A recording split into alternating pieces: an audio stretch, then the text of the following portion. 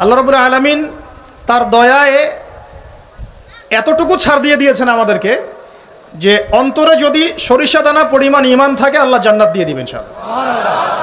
এটা হলো আল্লাহ পাকের দয়া। এটা কি? আল্লাহ পাকের অসীম রহমত, আল্লাহ পাকের দয়া।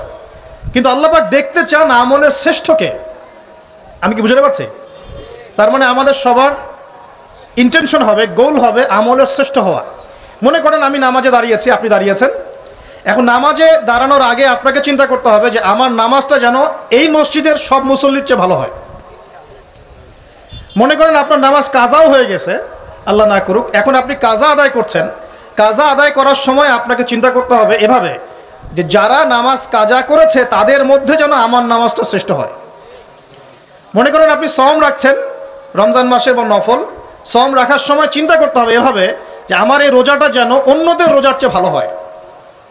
যাকাত দিচ্ছেন, সাদাকা করছেন, ওয়াজ করছেন, লেকচার দিচ্ছেন, দিনের যে কোনো কাজই করছেন, দিনের একটা মার্কাজ করছেন, চিন্তা থাকবে আমার কাজটা যেন অন্যদের চাইতে শ্রেষ্ঠ হয়।